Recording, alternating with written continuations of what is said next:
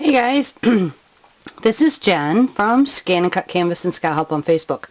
Okay, I'm glad this happened because I've always wanted to, hang on, let me grab my little pokey tool. I've always wanted to show you this. You know how I say, and when we use Shortcuts a lot, Scal, how sometimes this outer matte image will show you either one that is too big, non-existent, or the wrong one. And that's what we have right here. Here's my Santa silhouette. When I touch on it, look how small it is.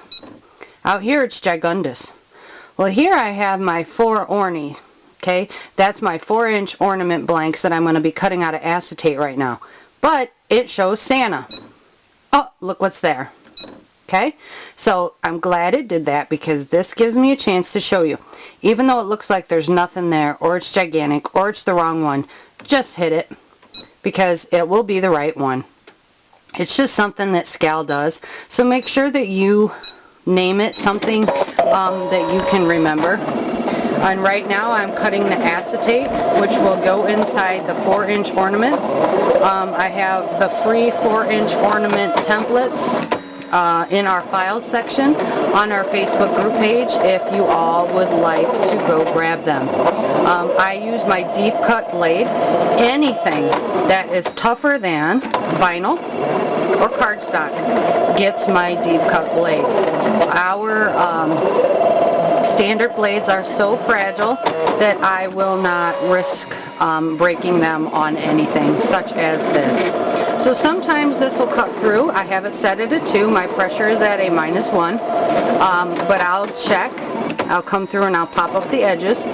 I'll check, see how it looks. If I need to, I'll do a second cut. Not a problem. Alright. Okay. So I got them all cut out here.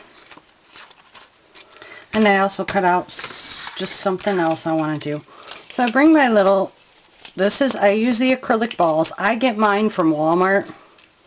They're 100 millimeter, which is 4. They're 96 cents, so pretty cheap. Just pull that little guy out. Then I take this, just kind of roll it into like a little roll here. And it does have this top on it. Okay, so stick it in here. And it's going to be extremely hard to see, or you might not be able to see it at all. But leave that top piece stick out right here at the top. And then stick your finger in there.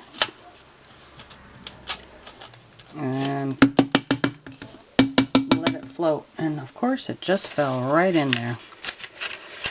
The luck I'm having today isn't any, if any at all. Okay, so I'll work on getting that out of there. Let me grab another one. Holy cow smacks, I got it back. Okay, so what I do is I take that tab and I turn it so that the seam of that plastic ball runs parallel with this little guy here. Okay, so let's try the, okay, there we go. Now you see, it's nice and even. Okay.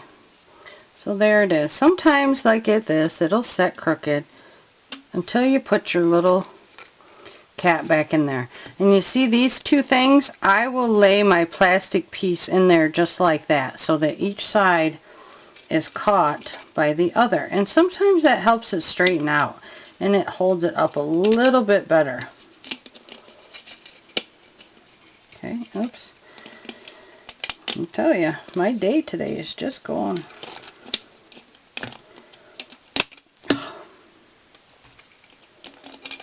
Oh.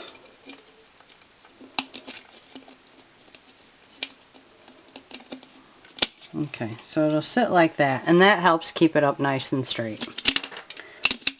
Oh, forget that thing.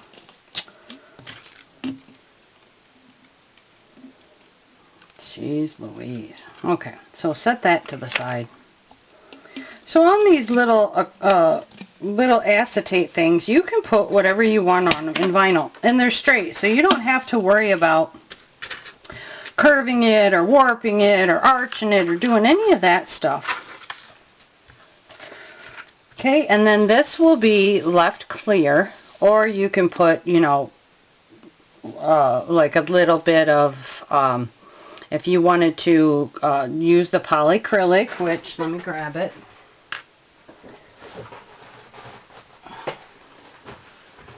Okay, this stuff right here. If you wanted to use this, you could coat like the front half or the back half of it and leave the front open, so you could coat that in this glitter, because that's what I do. I use polyacrylic, and then look, when you beat it, because I've already dropped and kicked this across the floor, and it sticks because it's treated with polyacrylic. Okay, I do have a video that shows you how to do this. You coat the inside with a very thin layer of polyacrylic. Then you dump the rest in there when you're done, you know, coating it, and then you pour the glitter in there. But when you do the glitter, you actually pound on this, okay? Pound it around so you knock out all the loose stuff, but you make sure it sticks really well. Then when it dries, it becomes part of this ball, pretty much. Okay, so let's take a piece of our low-tack transfer tape.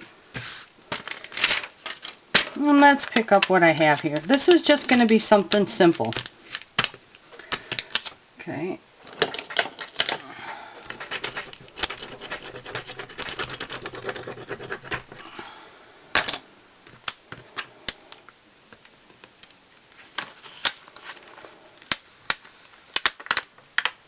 Okay. This is the easiest way of weeding. You don't. Ta-da! So there's our little Santa. Okay, so because we're going to be putting the vinyl on this, I want to make sure that it's nice and clean. So, get out the old alcohol,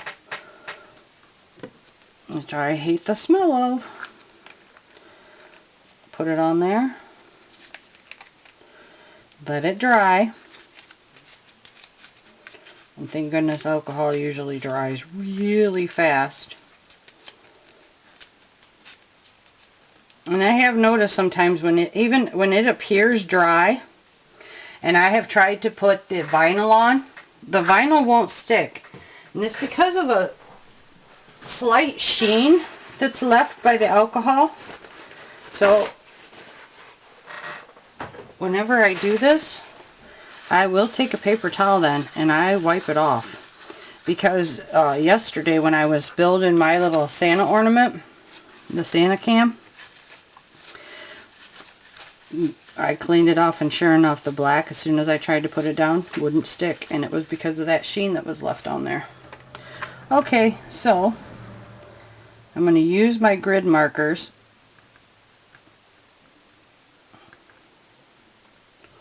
Make sure you guys can see this, because I've been known to do stuff off camera accidentally. Okay.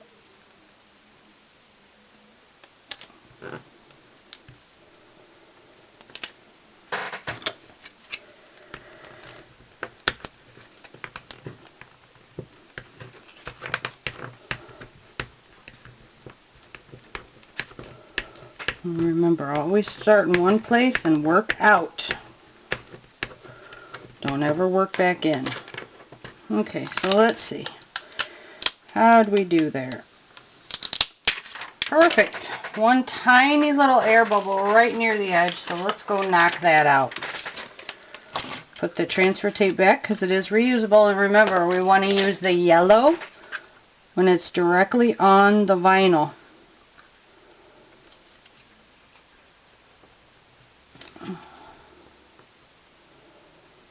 Okay, there we go. So that one is done, ready to go in there. So you wad that baby up. Let me find my ornery little ball here.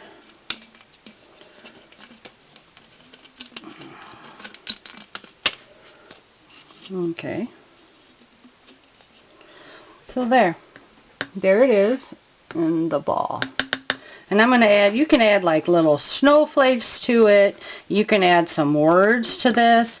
But that's just how to put something on the, or how to cut this out. Then put something on it. Put it inside of here. And then work with these blasted things. Oh. Normally I don't have this much trouble, but of course today, go figure.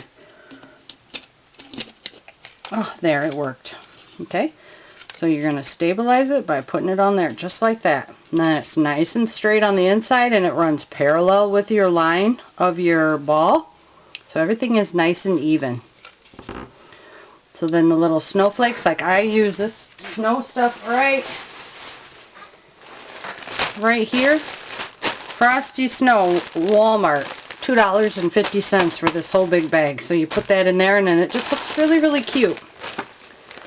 I'm going to be doing another one, the snowman ornament, and I don't know if you can see that. You see that white stuff right there? That's the haze that that alcohol, when I cleaned it, left. So, alright. That is how to do something, just a really simple ornament.